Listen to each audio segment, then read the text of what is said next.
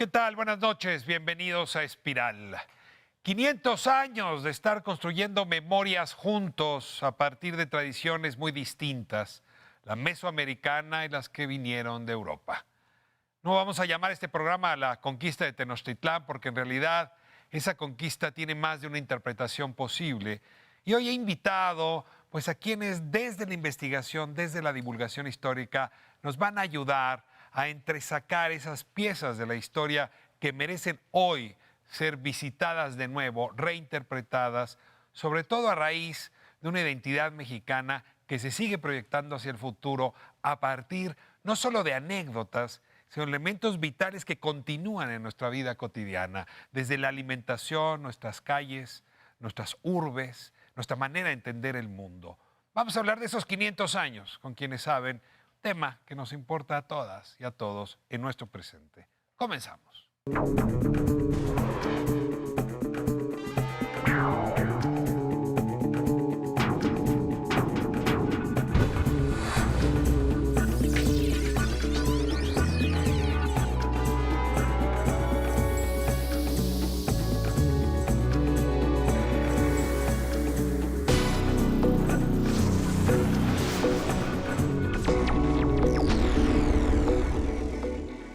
Pues 500 años, lo decía hace un momento, se están cumpliendo de la caída de Tenochtitlán, que implicó pues un movimiento mayor, telúrico, en la identidad que se propaga, se construye y reconstruye en nuestro país, en México.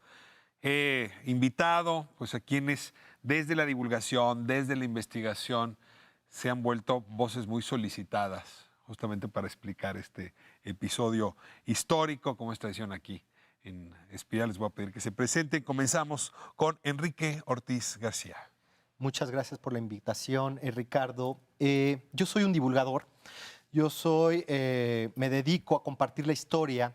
Me encanta destruir estos mitos históricos, ¿no? Que llevamos, pues, por lo menos 100 años creyendo, si no es que más, ¿no? Si nos remitimos al tema de la conquista. Y utilizo, pues, nuevas tecnologías, como lo que son las redes sociales, ¿no? Para que esta información, pues, llegue a un gran sector de la población. Ese es mi objetivo. Y tienes muchísimos seguidores. Cada que sueltas una pildorita de estas, yo veo cómo se retuitea, se sigue. Y se hacen debates discute. Tremendos. Las redes sociales al servicio de esta conmemoración. Tengo también conmigo a Rosa Luisa Guerra. Me da muchísimo gusto que nos acompañe. Muchas gracias. No, al contrario, es un honor estar por aquí. Autora, bueno, este libro ya hablaremos de él en otro momento. Cara o Cruz, digamos una biografía de Francisco I. Madero, la hiciste junto con Edgar Rojano. Así es, son Y dos luego puntos un de vista. conjunto de textos publicados con Larousse justamente sobre la historia. ¿Son textos para niños? Son para niños, sí, digamos, idealmente de 8 a 12 años, pero en realidad pues, están como hechos para... Hay adultos que los han comprado y que los han disfrutado también.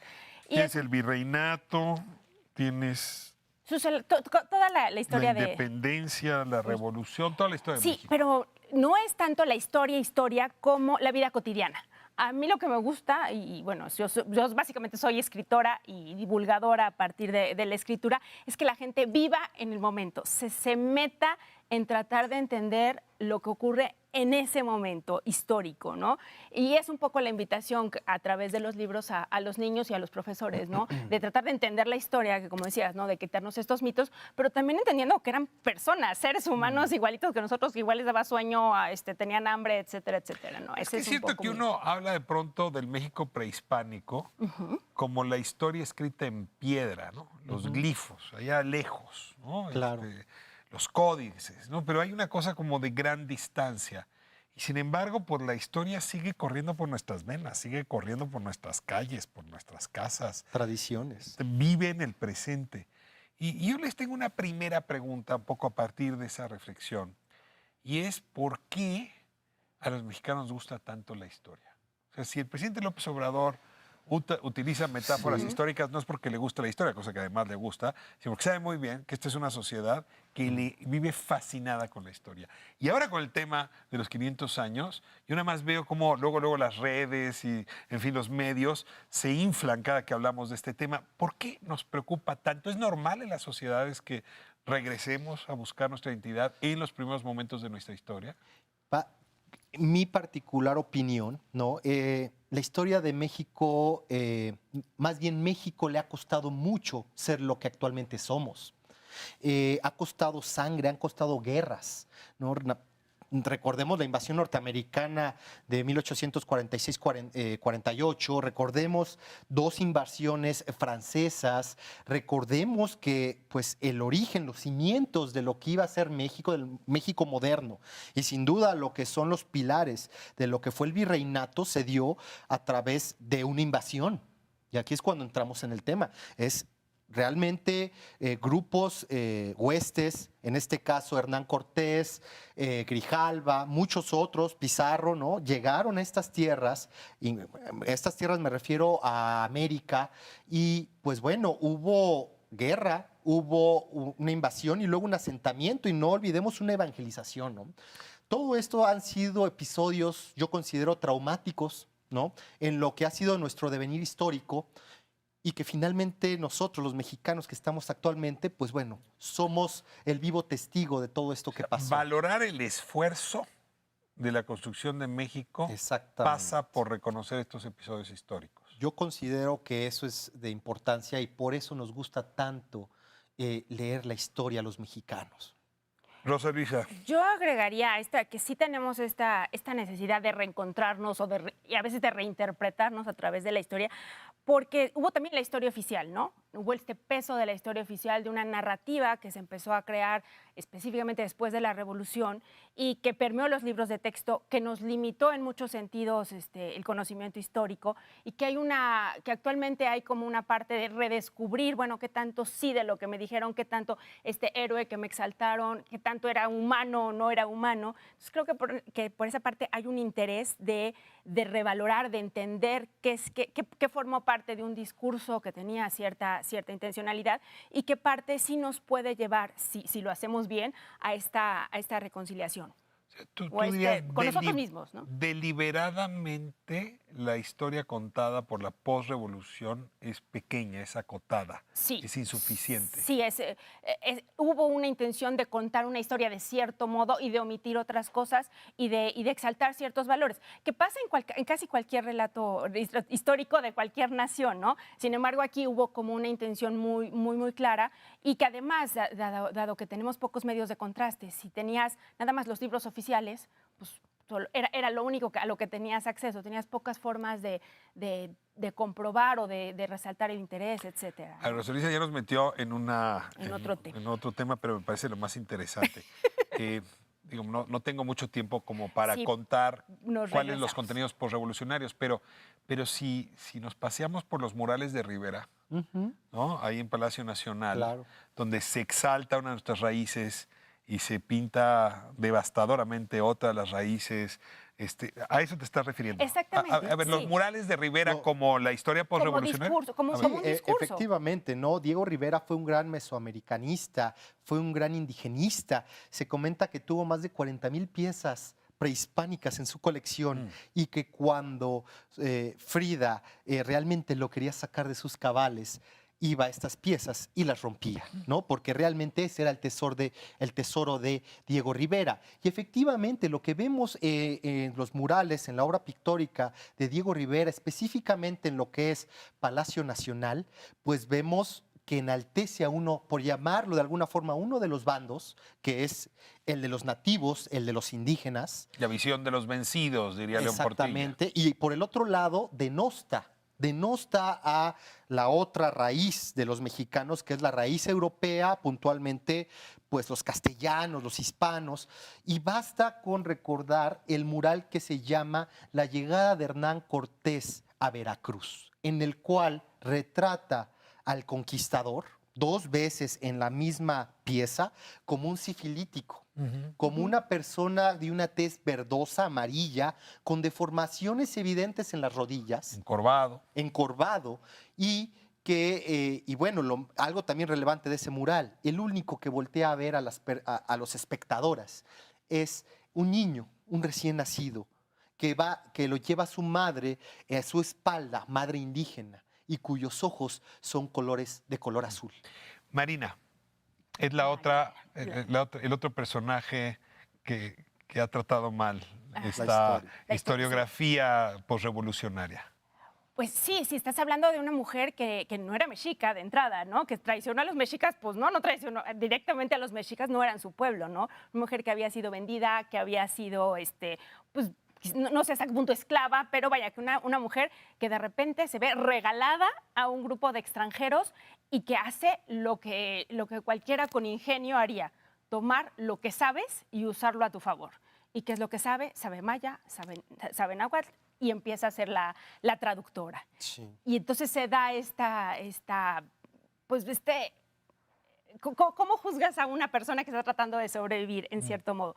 Y que, claro, por supuesto que contribuyó y se volvió un símbolo de todo como de incluso un poco de ese mestizaje visto en feo, visto en algo desagradable o Sí, en el algo... mestizaje como resultado del pecado. Exacto, pero el pecado y la traición, ¿no? Y entonces, pues lo tienes como un símbolo, pues ciertamente negativo, en lugar de verlo como ahora sí que en esta humanización que yo busco un poco de los héroes y de las personas, bueno, pues ahora sí que era su circunstancia, ¿no? Y hizo lo que pudo para sobrevivir en esa circunstancia, creo yo. En esta misma hebra, Enrique, Octavio Paz, Laberinto de la Soledad, habla de este pueblo que somos, que nace de la violación, ¿no? Sí. Los hijos de la violación. Sí, por llamarlo de otra forma. ¿No? De los españoles violando a nuestras mujeres. A ver, esa historia, ¿qué hacemos con ella? ¿Cómo puedes construir identidad si ese es tu punto de partida? No sé si es un lente explicativo de Paz o es una exageración que hoy tendríamos que revisitar.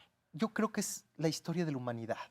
Mm. Esto es la historia de la humanidad. La humanidad se ha basado, bueno, constantemente desde hace milenios hemos hecho la guerra los unos a los otros y ha habido invasiones. Y en estas invasiones no se hacían de una forma cándida, de una forma amable, porque estamos hablando de una agresión de grupos humanos, entre grupos humanos. En estas invasiones hay violaciones, hay muertes, ¿no? Es como en España. En España hubo una invasión, ¿no? Del norte de África, de lo que es el Islam, ¿no? Y estuvieron ahí más de 600 años. Y los romanos Y los invadieron romanos Francia. llegaron antes, ¿no? Y también llegaron los visigodos. Entonces, yo lo que... Y esas son naciones que nacen de la violación, es decir, por eso insisto, no es una exageración. Sí, es Yo creo que realmente fue muy dramático porque todos los pueblos han nacido de este choque de culturas, de este choque de civilizaciones, pero en particular en México todavía nos sigue llegando y pegando mucho. ¿Y a qué se debe? Pues a todos estos gobiernos posrevolucionarios, ¿no? En los cuales, ¿no? Todo el mundo tuvimos un libro de la CEP en las manos, en las cuales hay villanos y héroes. Y realmente los villanos eran los europeos, enalteciendo los valores indígenas y, bueno, los grupos originarios de estas tierras. Sí, yo creo que lo que señalas es muy importante. No, abusos a mujeres o demás se dieron, se dan y se dan hoy en día en cualquier guerra, ¿no? Svetlana con la guerra no tiene cara de mujer, no nos recuerda. Y precisamente creo que el habernos aferrado a esa cuestión de que, por supuesto que debe haber habido, pero no fue ni todo el tiempo, ni todos los que se dio el mestizaje se dio de esa manera, porque al final hubo un orden, una civilización, había matrimonios, claro, había el que se venía a España y había dejado a la mujer allá y acá luego hacía otra familia y demás, y luego le llegaba la esposa y casos Cortés, ¿no? Bueno, el mismo Cortés, ¿no? Hace eso, de entrada, sí. Y otros muchos, ¿no? Pero sí existía esa cuestión de familia, ¿no? Se formaban familias a partir de... Y tenemos el caso ahí se me fue, Guerrero, no es Guerrero, de Gonzalo Guerrero, que es la primera familia, digamos, mestiza, ¿no? O sea, nuestro primer antecedente, en lugar de irnos a lo que sucedió después, y si la Malinche y demás, nuestro primer antecedente de mestizaje es que se forma una familia y un tipo que ya no se regresa con los españoles, que se queda con su familia y muere combatiendo, ¿no? Incluso en la lente para mirar la raíz indígena hay ciertas injusticias, ¿no? O sea, uno oye la palabra Moctezuma y suena a tonto, ¿no? A cobarde. Supersticioso. ¿No? Supersticioso. Temeroso. ¿No? En oposición al jovencísimo Cuauhtémoc, ¿no? Y nos empezamos a dar cuenta que pues que el personaje es un poco más complejo que eso, que también, así como a Marina se le ha tratado con mucha injusticia a Moctezuma, yo diría con algo de injusticia. Sí, claro. No, y bueno, retomando el tema, es interesante saber que Gonzalo Guerrero tuvo 3 hijos. El primero se llamó Gonzalo, el primer mestizo de estas tierras. El segundo fue una mujer y llevó por nombre Rosario, ¿no? Y él muere, evidentemente, defendiendo a su familia, y cuando lo va a buscar Jerónimo de Aguilar, le dice, mira mis hijos, qué bonitos son, ¿no? Orgulloso de ser padre y de una familia mestiza. A ver, Jerónimo de Aguilar es un personaje conocido porque la manera como Moctezuma y Cortés pudieron hablar era con 2 traductores, ¿no? Más, había más. Pero digamos, los Básicamente no, principales. era Sí. Marina, que podía hablar el náhuatl y el maya, Y Popoluca. Jerónimo de Aguilar, que traducía del maya al castellano. Exacto. Ahora, ahí está Jerónimo de Aguilar, pero de Guerrero no se sabe mucho. ¿Podrían un poco contarme qué papel juega? Porque además él también había llegado antes a la península y en efecto adoptó en las tierras mayas una nueva identidad. Sí, él llega, él es un náufrago, si no mal recuerdo. Él viene de lo que es el Darién, Centroamérica. Hay un problema entre Diego Nicuesa y otro conquistador. Él va, bueno, en una embarcación, llega una tormenta y llegan a lo que actualmente sería la península de Yucatán en compañía, bueno, Jerónimo de Aguilar y Gonzalo Guerrero.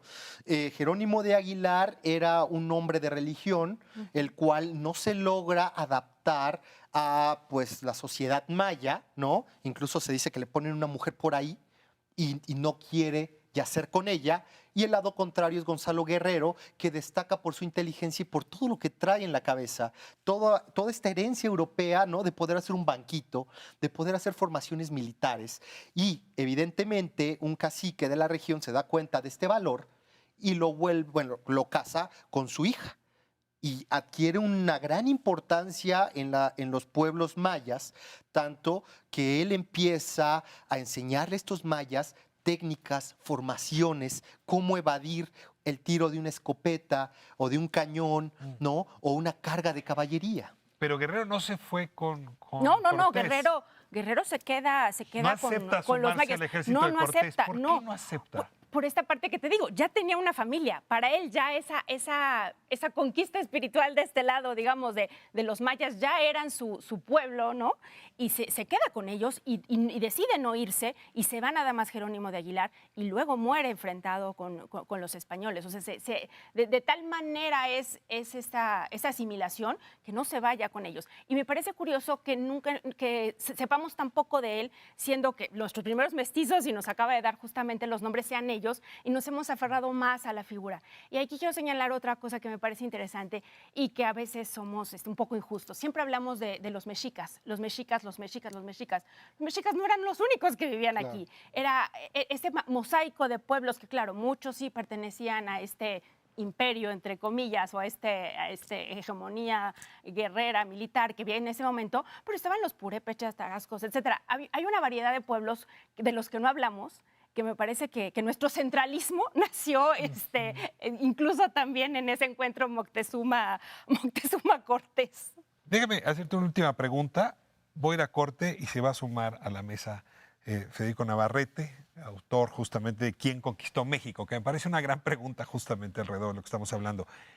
¿Le estamos aportando mirada de mujer a la revisión de la conquista? Es decir, si uno revisa a Bernal, ¿no? O las cartas de relación de Cortés, todo es escrito por varones, con la heroicidad del varón, ¿no? Yo te pregunto si no será que también hoy la mirada de mujer nos está ayudando a comprender. Pues puede ser, no lo había pensado, pero sí puede ser esta parte en la que estamos y como historia mundial recuperando y que tiene mucho que ver con historia de la vida cotidiana. La historia de la vida cotidiana empieza a través de recuperar qué hicieron las mujeres en toda la historia. Y se da mucho, ¿por qué? Pues porque el hogar, la familia, incluso la escuela en un primer momento era una cuestión más de mujeres, ¿no? Pues tradicionalmente. Entonces creo que recuperar la cocina, recuperar todo lo que hemos aprendido, sí es una mirada de mujer que no es exclusiva, ¿no? Que aporta a esta mención general, pero me parece que es un punto interesante en el que podemos partir de descubrir esta riqueza. Si me permiten, acercamos una silla más y estará con nosotros el historiador Federico Navarrete para que se sume a esta Claro. conversación. No se vaya, seguimos en Espiral.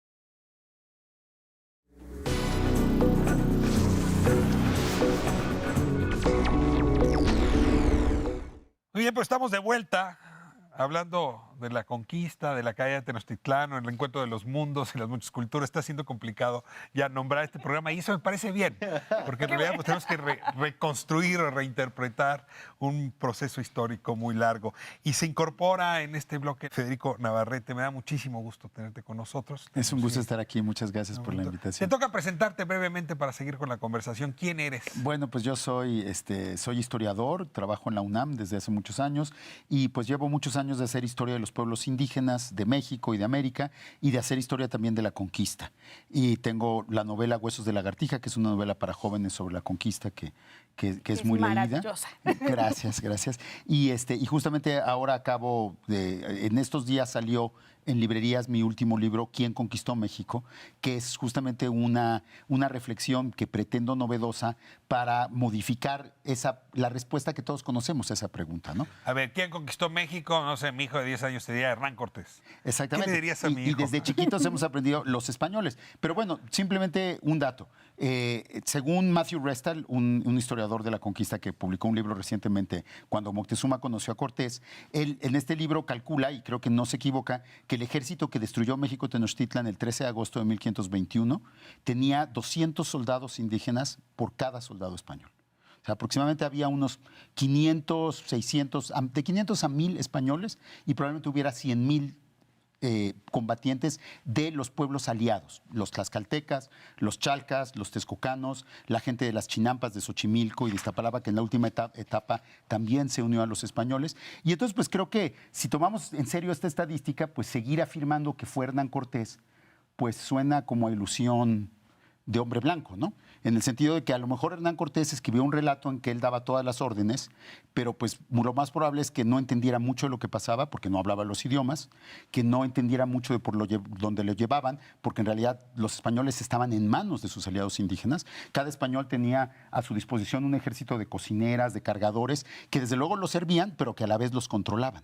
Entonces, realmente la idea, esta ficción de que fueron los españoles los que encabezaron el proceso, pues es lo que Hernán Cortés le contó a su rey porque era lo que convenía decirle y es lo que nos ha convenido seguir creyendo desde entonces para afianzar el poder español en México. Pero, Les ruego una reacción que no creo que vaya a estar tan distante. pero es polémico, ¿no? Por un lado. Y por el otro lado, pues estudios recientes como el de Camila Townsend sobre Malintzin y también algunas cosas que yo he estado trabajando, también el trabajo de Berenice Alcántara, pues demuestran que Malinche fue no solo la traductora fiel de las palabras de Cortés, que es lo que siempre hemos asumido, sino que en realidad fue una intérprete que jugó un papel político independiente, o pues sí, no independiente, porque estaba en relación con Cortés, desde luego, pero un papel político que no es simplemente lo que Cortés quería, sino que muy probablemente negoció muchos entendimientos con los pueblos mesoamericanos que Hernán Cortés ni siquiera podía entender porque no hablaba los idiomas.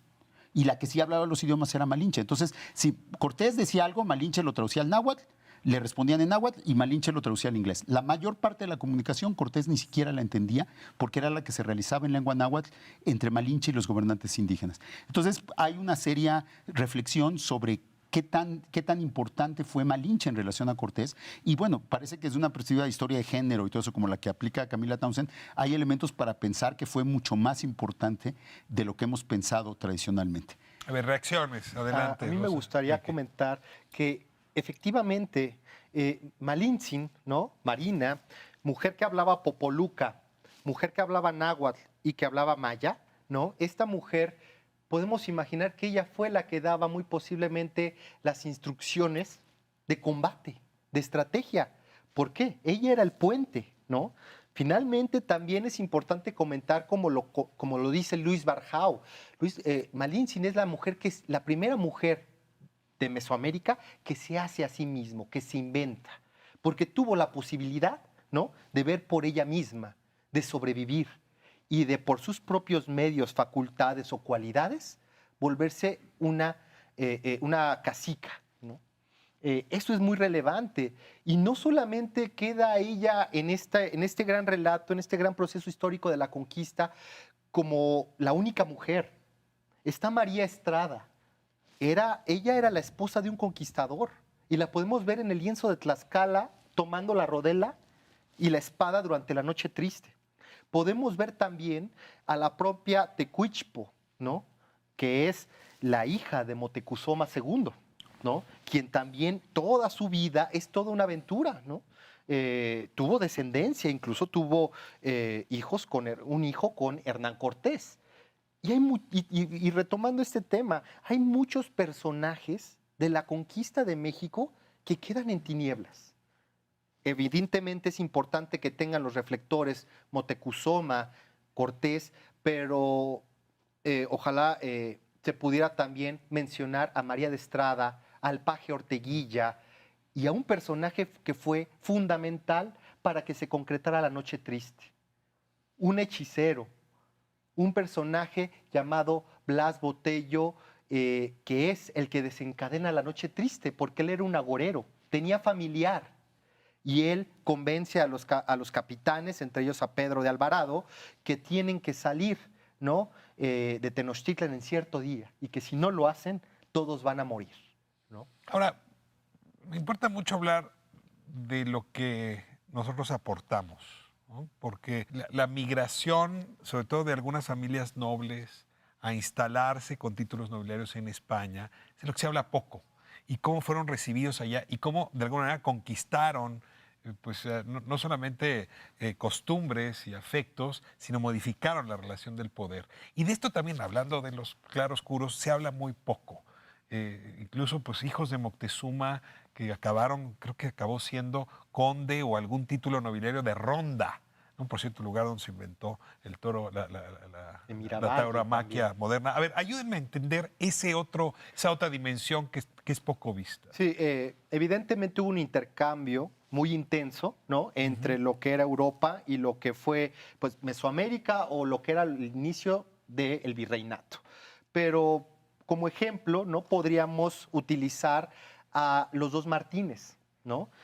Los hijos de Hernán Cortés. El primero, Martín Cortés, el mestizo, hijo de Malintzin, que muy posiblemente nace en Coyoacán entre 1522 y 1523, y el cual Hernán Cortés lo quiso mucho.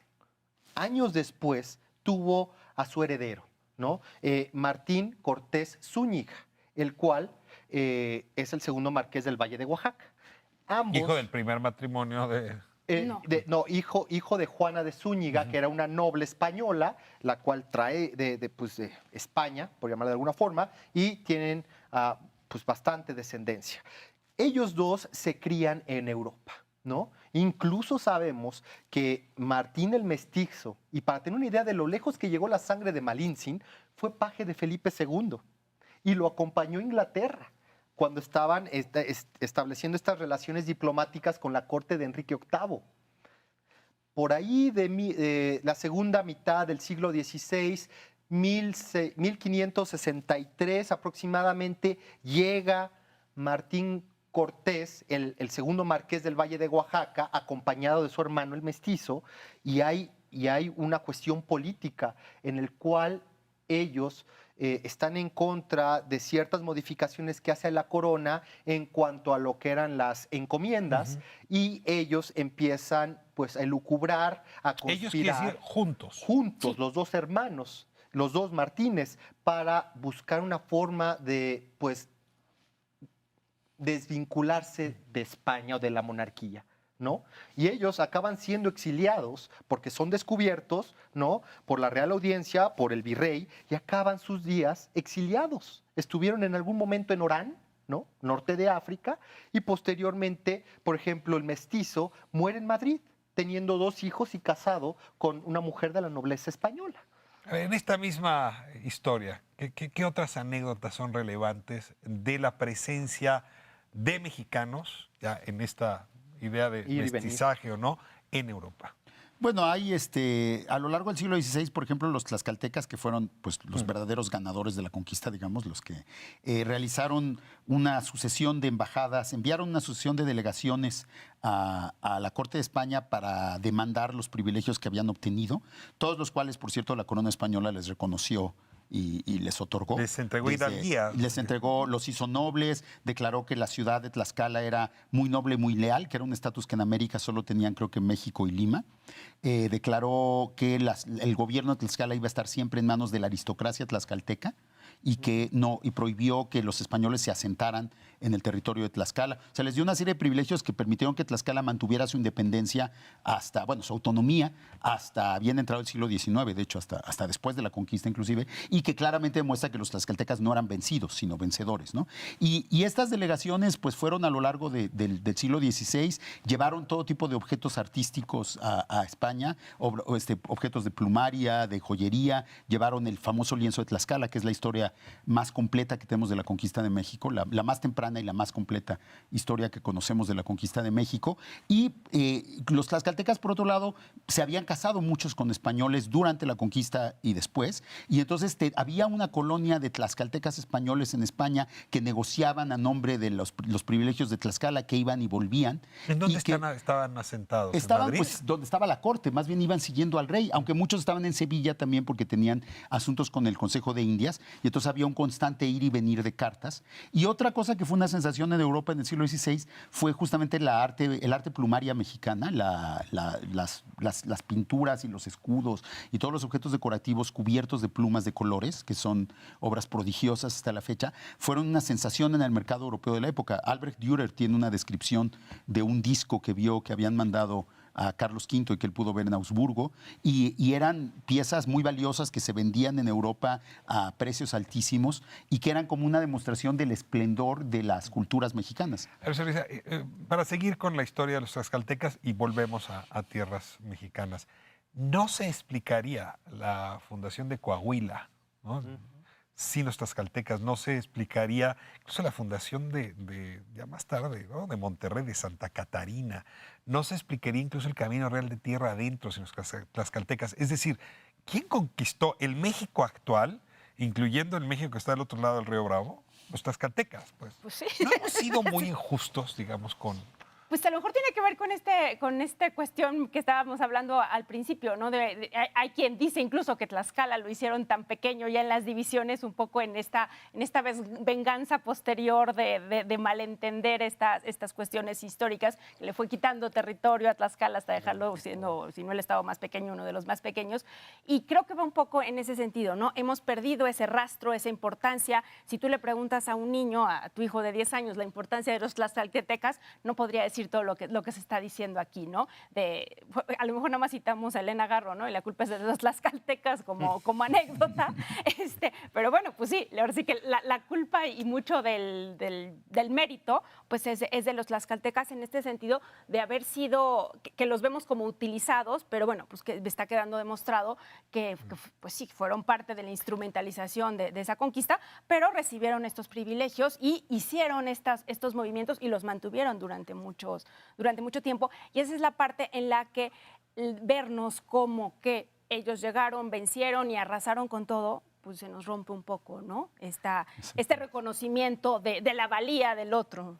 Ahora, la mayoría de nosotros no somos, lo digo por mí y por muchísimos que están viendo el programa en este momento, no somos historiadores. Por lo tanto, no estamos obligados a hacer historia precisa, puntual. Claro. Pero visitamos la historia a partir de la memoria. Y la memoria es arbitraria. La memoria elige el presente y se nutre de esas piezas del pasado que te resignifican el presente. Entonces aquí sí me vuelve interesante la siguiente pregunta, que ahora he estado dándole muchas vueltas. ¿Qué de nuestro presente podría alimentarse a partir de memorias específicas no visitadas o no interpretadas de esa historia? Déjenme irme a corte y vamos a hablar de memoria más que de historia, ¿no? ¿Cuáles son esos elementos de nuestra memoria histórica que hoy nos dicen cosas y que quizá los del siglo pasado no se las decían o que quizá el virreinato tampoco se las dijeron? Esos elementos que no solamente tienen que ver con mito, con realidad, sino que nos conviene visitar porque nos reconstruyen, nos reinterpretan en el presente y quizá en el futuro. Estamos hablando, pues le voy a cambiar, ya no de la caída de Tenochtitlán, ¿no? Sino de ese encuentro entre muchos mundos europeos con muchos mundos mesoamericanos que se produjo justamente hace 500 años. Vamos a corte y regresamos para seguir. No saben cuánto les agradezco el talento puesto en esta mesa a nuestros invitados.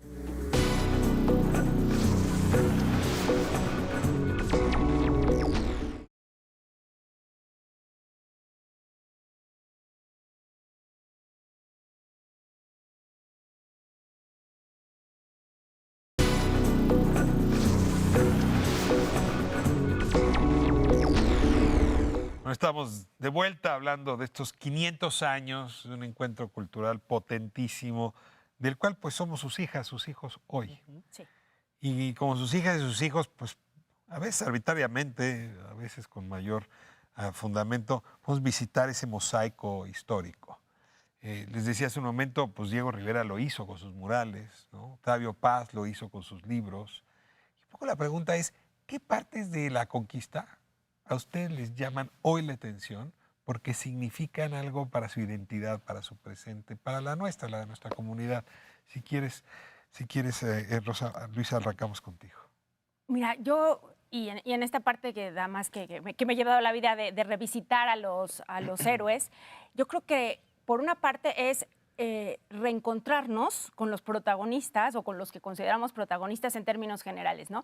¿Quién era Cortés? ¿Quién era la Malinche? ¿Quién era Gonzalo Guerrero? ¿Quién eran estos que llegaron, ¿no? ¿Quiénes otros traducían en cuanto a personas?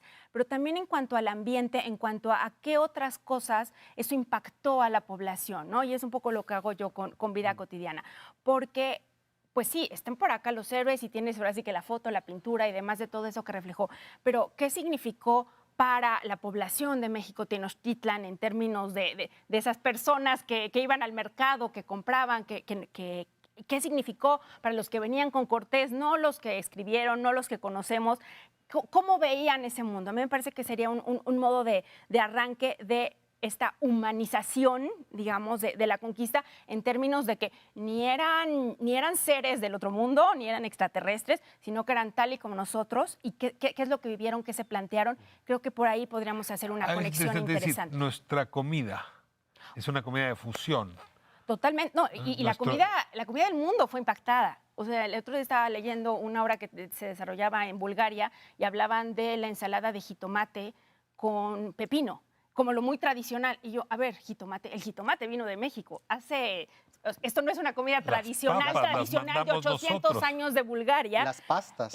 Exacto, las pastas con jitomate. Entonces, esa parte a veces la damos por obvia y creo que la comida, lo señalas perfectamente, es una de las más claras muestras de esa fusión, ¿no? De entrada no tendrías el tamal que te comes si no tuvieras manteca y si no tuvieras maíz.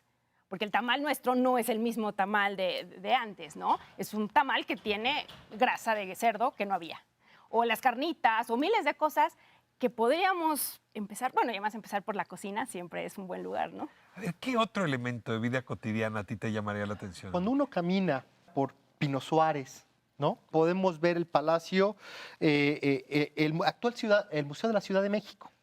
En esta esquina podemos ver una casona, un palacio del siglo XVIII, ¿no? De los condes de Calimaya, nobleza novohispana. Pero al mismo tiempo en la esquina podemos ver una cabeza de serpiente emplumada que venía del recinto ceremonial de Tenochtitlan. Y de ahí caminas una cuadra más y encuentras los tacos de carnitas, los cuales pues posiblemente es uno de los primeros platillos, ¿no? En el cual tenemos elementos de América y de Europa.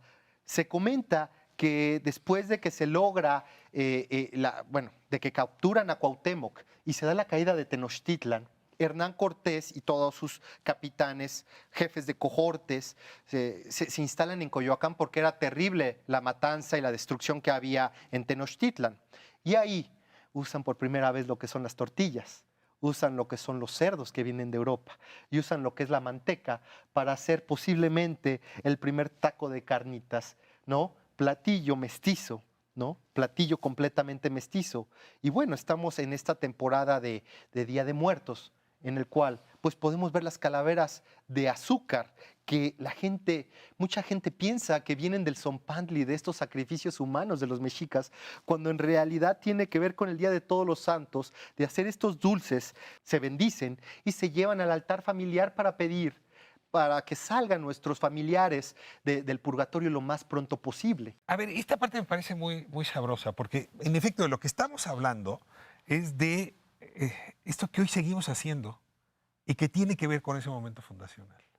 Sí, en efecto, y creo que el recorrido mental que nos hace del centro histórico lo podemos hacer en cualquier lugar de la República Mexicana e ir reconquistando estos elementos de las dos partes, ¿no?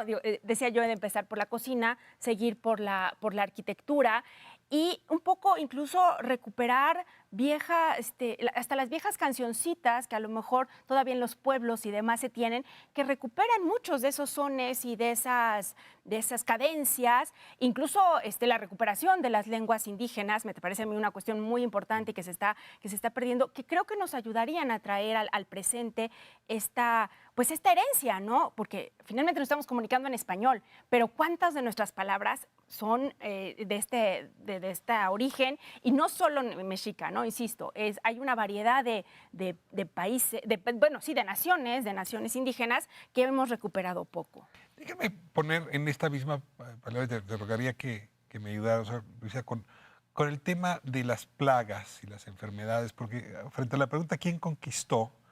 Pues también está toda esta idea bien fundada, pues de que el encuentro de las culturas o de los grupos humanos, pues sí los arrojó a enfermedades para las cuales no estaban protegidos. ¿Juega un papel tan importante los gérmenes, para utilizar el término más clásico?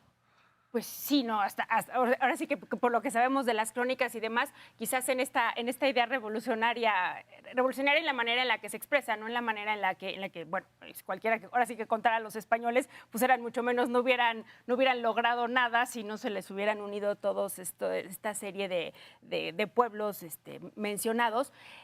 Sí, finalmente, pues sí, ganan con apoyo de todos estos españoles, pero lo que debilita y lo que ya desde el Caribe había arrojado un número importante de muertos, pues sí eran estas enfermedades, ¿no? Que desde el mismo momento de la guerra, digamos, del enfrentamiento como tal, pues mueren ya de viruela, y eso ciertamente pues era algo para lo que ni si lo hubieran planeado los mejores estrategas lo hubieran logrado en esa parte, digamos, del debilitamiento físico, ¿no?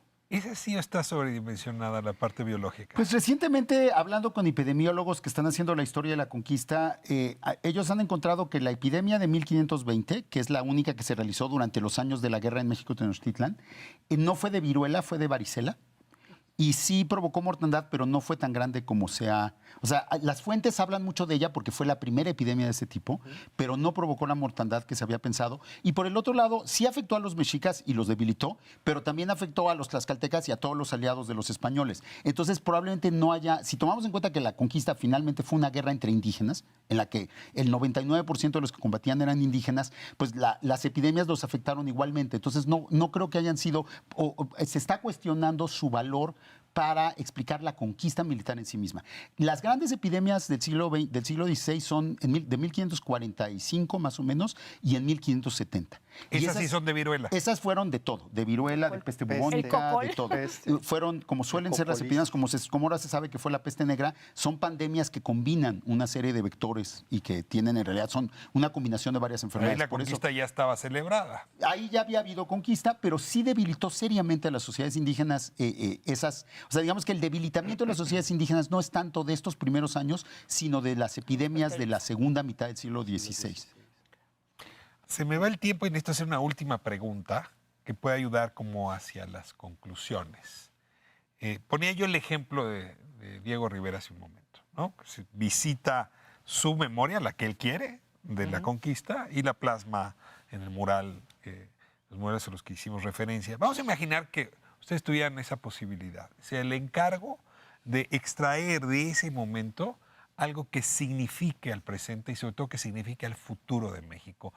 ¿Qué escogerían? ¿Qué momento? ¿Qué personaje? ¿Qué dejarían para las próximas 3 generaciones a propósito de la conquista? ¿Quién quiere empezar?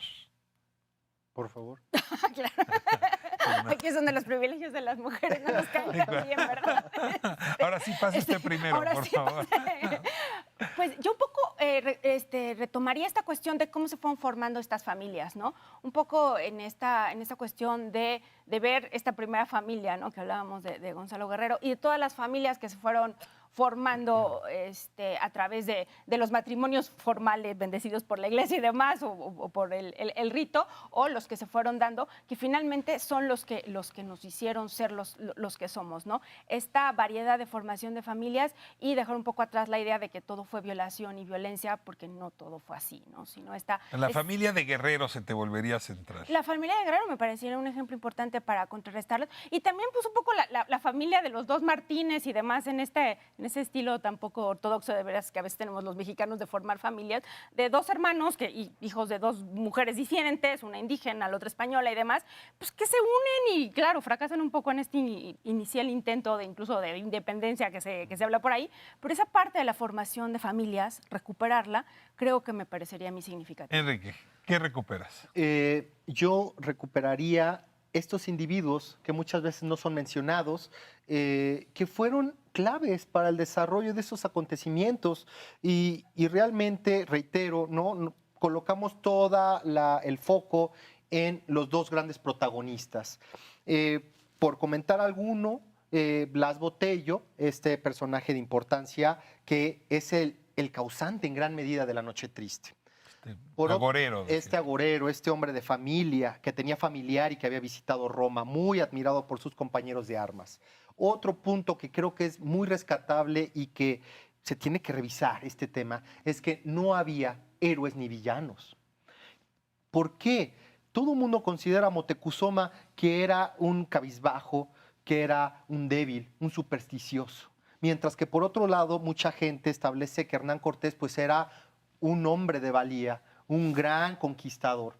Una inteligencia notable. Y también, por otro lado, ¿no? Están estos detractores que califican a Hernán Cortés como un violento, como un saqueador, como un violador.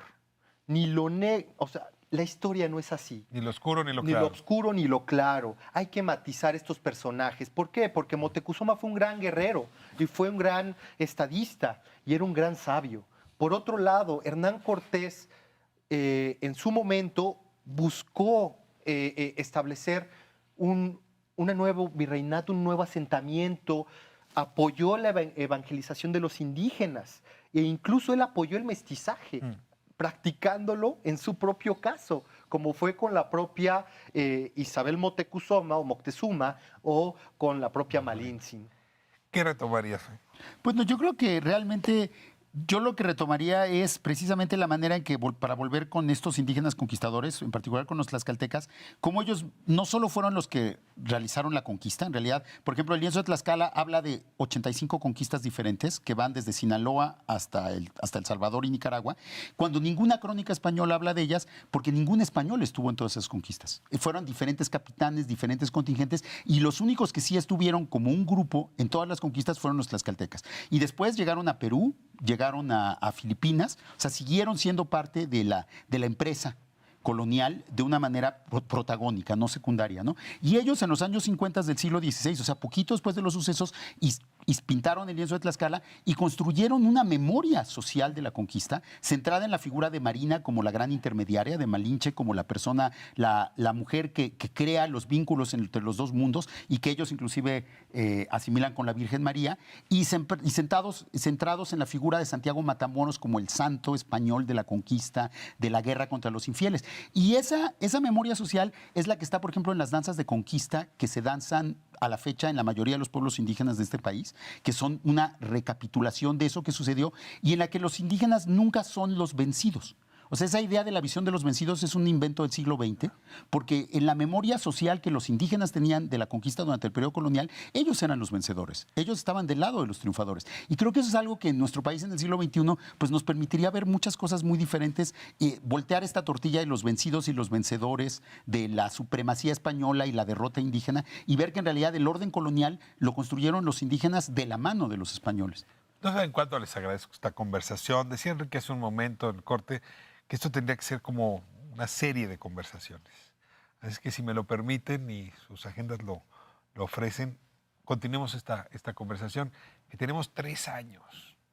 3 años, ¿no? De 19 a 21 para visitar la memoria y conmemorar juntos, quizá trascendiendo pues varios de los mitos y de las realidades a medias que nos fueron enseñadas en el siglo XX y que merecen hoy ser reinterpretadas por más de un motivo. Sobre todo porque estamos construyendo no solamente el presente de México, sino el futuro a partir de lo que hemos sido, del esfuerzo que ha costado ser lo que somos. Muchas gracias por habernos permitido entrar a su hogar. Nos vemos próximo jueves, 11 de la noche. Esto es Canal 11.